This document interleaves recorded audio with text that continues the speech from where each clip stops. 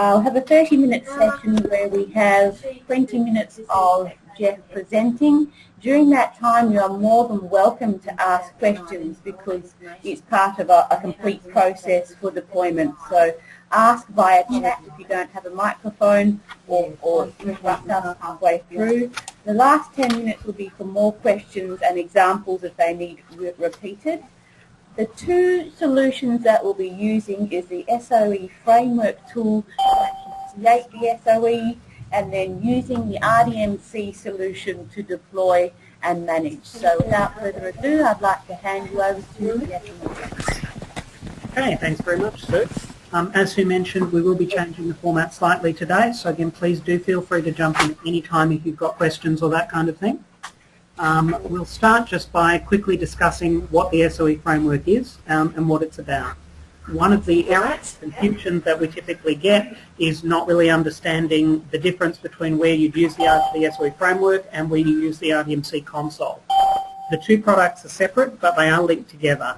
The SOE framework is used for the initial deployment of computers, so it's responsible for getting Windows out there, it's responsible for getting all of your normal base applications installed, etc.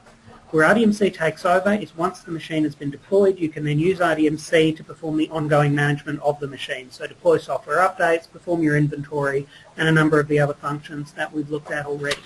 So, can I just ask a question with that then, Jeff? What about the reporting side within RDMC? Is that quite an area? Reporting within RDMC is a large area, and reporting does allow us to view some of the information regarding machines that we've deployed with the SOE framework. It's also worth noting that whilst a machine is actually building with a build created by the framework, it will be reporting its status back to the RDMC console. So the RDMC client manager will actually be able to show you, up to a certain extent, how far along the build process the machine has progressed. So that's shown in the SOE framework tool? No, that's shown in the RDMC console. In the client manager, you can use that to track the machines. Unfortunately, you can't get any status information until after Windows is installed, because up until that point it's not on the network. But as soon as the application installs start, the machine will start forwarding status information back to the RDMC console for monitoring. Okay, now the other thing that we need to discuss quickly are the dependencies for the SOE framework, specifically Microsoft RIS, which is Remote Installation Services, or WDS, Windows Deployment Services. They're both actually the same product. WDS was effectively the second generation, which has taken over RIS but contains all of the same components. Basically what these are for is they're Microsoft's extensions to Windows Server that provide a method to automatically push out the operating system to the network. We integrate with RIS and WDS to perform that push out, and as soon as Windows itself is installed, the SOE framework then takes over the remainder of the build. So before you actually start running the framework, it is necessary to get RIS installed and configured. We have information on this in the documentation. Excuse me? Yes. There's people talking in the background and it makes it really hard to hear you. Yeah, I agree. I think it might actually be Bronwyn. Bronwyn, we might need you to try and press mute. Jeff, would you like to mute her perhaps? Yeah, I know she had problems with her microphone. Sorry, Bronwyn. Okay, hopefully that will be better. Okay, apologies. All right, so we've got information in the documentation on how to set up RIS or WDS. It's fairly straightforward, and of course we can provide additional support if you need it, but it's a very quick and easy process. The important thing is that when you're building an SOE with the framework, you only need to get RIS installed and running. You don't need to perform any type of configuration or anything else. All of that will be handled by the SOE framework. So we'll start now by taking a look at the SOE framework interface, and I'll show you the steps that you use to create a new SOE for deployment.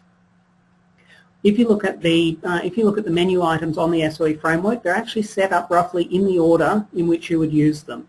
Specifically, you start by installing the SOE framework. What that does is installs the scripts and the programs needed to automate the build directly into RIS. So that's actually the portion that customizes Microsoft setup software in such a way that you can deploy completely hands-free and with applications and other customizations included. So we won't actually go through the installation procedure. Very straightforward though. Basically click on Install SOE Framework. It will ask you where your RIS server is. This remnant share is usually the same one that you use to log into RDMC. It will then prompt you for a build, and it goes ahead and customizes it.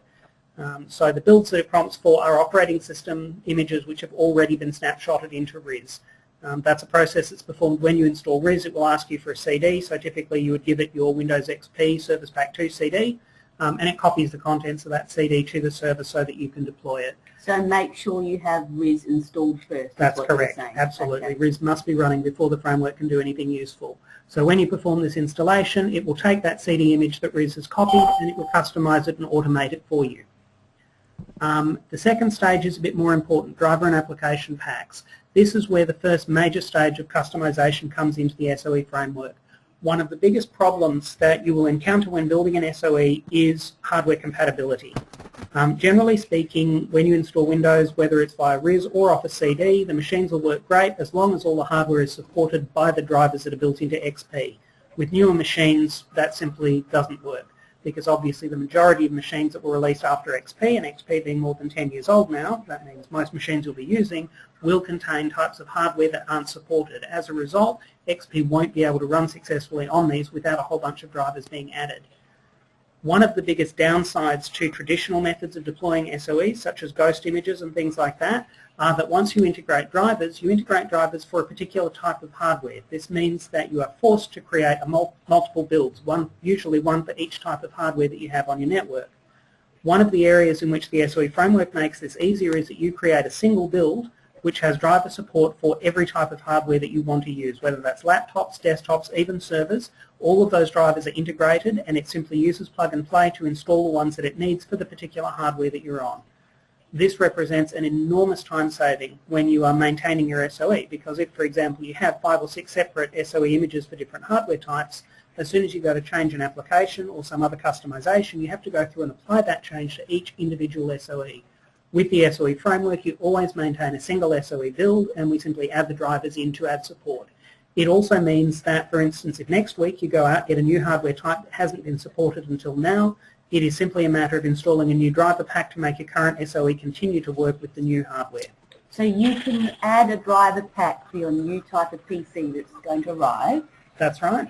And install that onto your base SOE build. Absolutely, that's right. So what we're looking at here in the driver pack installation is a list of the driver packs which are currently included. Now when you perform an update of the SOE framework, it will go and pull down new driver packs when they're available. The driver packs are divided into groups. The primary one, the most important one, is the generic driver pack here. The generic driver pack contains 95% of the drivers that is needed for all the hardware that you will use. Generally speaking, the current generic driver pack will have support for pretty much any type of desktop hardware that you can give it, and the additional drivers from the other driver packs are primarily targeted at laptops that do tend to have a few more unknown devices than desktop machines. So you always must have the generic driver pack installed. In addition to that, you can then optionally install any of these others which are required for certain types of laptop machines, and as you can see here, they're divided into groups by manufacturer. So we've got one driver pack for Toshiba, one for IBM, one for HP, one for Acer. It's worth noting that at the moment there is no Dell driver pack simply because we don't need one. All of the Dell notebooks and desktops work off the generic driver pack. They tend to be very SOE friendly machines, so you don't need to worry about any additional driver packs. Now, there's nothing to stop you from installing all the driver packs on your SOE, even if you don't need them. The additional driver packs are relatively small. Typically, though, to make things a little bit cleaner, we usually recommend that you only install driver packs for the hardware types that you're actually using. In addition to the driver packs, we then also have application packs. Application packs are preset groups of applications which have been scripted for deployment with the SOE. These include a lot of the most common things that you will normally use. So, for instance, in the Common Runtimes application pack, we have the Java Viewer, we have Adobe Shockwave, we have Adobe Flash Player, Apple QuickTime, and things like that. The Core Viewers application pack includes things like Adobe Acrobat Reader, a Microsoft Project and Microsoft Visio Viewer, and things like that. They're the standard components, all free, which people tend to include in the majority of SOEs. You can use all or none of these. There will be additional application packs coming out in the future. Like the driver packs, there are regular updates to the application pack. So that means that, for instance, by downloading a newer core runtime application pack, it will include more recent versions of Flash, Java, and all of the other components which are included. So what do you recommend people do? That they tick both those boxes there, Jeff? When you do your initial install, definitely install the application packs as they are. In the future, it's then really up to you to determine whether you want to update newer machines with newer versions of those runtimes or not. There's obviously a sort of cost versus benefit thing from the point of view that if you install the latest version on your new machines, then potentially you really want to go out and roll those updated versions out to your existing machines to keep the fleet consistent. So if you don't want to do that, then generally speaking it may be easier to install the current version of the application pack and continue using that until you're ready to do an SOE upgrade and upgrade all of the machines to the new versions. So with me, basically tick the ones that you want, hit install, everything is done for you automatically. So that will install both all of the driver support that you need and the application packs that you need. And again, by using the update facility within the framework, if there are new versions available, they will automatically be downloaded and they will appear in this list ready to be installed. It's also worth noting that just because you download a driver pack or an application pack does not mean that that has been applied to your SOE. It is only going to be in the SOE once you go into this installation wizard, tick it, and allow it to install. Until then, it's just an installer. Okay, we now move on to the next step. This is the Framework Config tool. This performs the majority of the functionality involved in getting RIS fully operational. In other words, it configures the operating system build itself. This will handle everything from the point of time in which Windows starts building to the point of view that Windows is completed and is ready to start installing applications. So we'll quickly look through the options. Very, very quick and easy to set up. We've tried to automate as much of this as is possible. We'll start using basic setup. Usually you won't need to use the advanced settings. So you need to specify again your deployment server, which is the share that goes to your, which is the RIS share, which is usually the same as your RDMC share that you log the console in.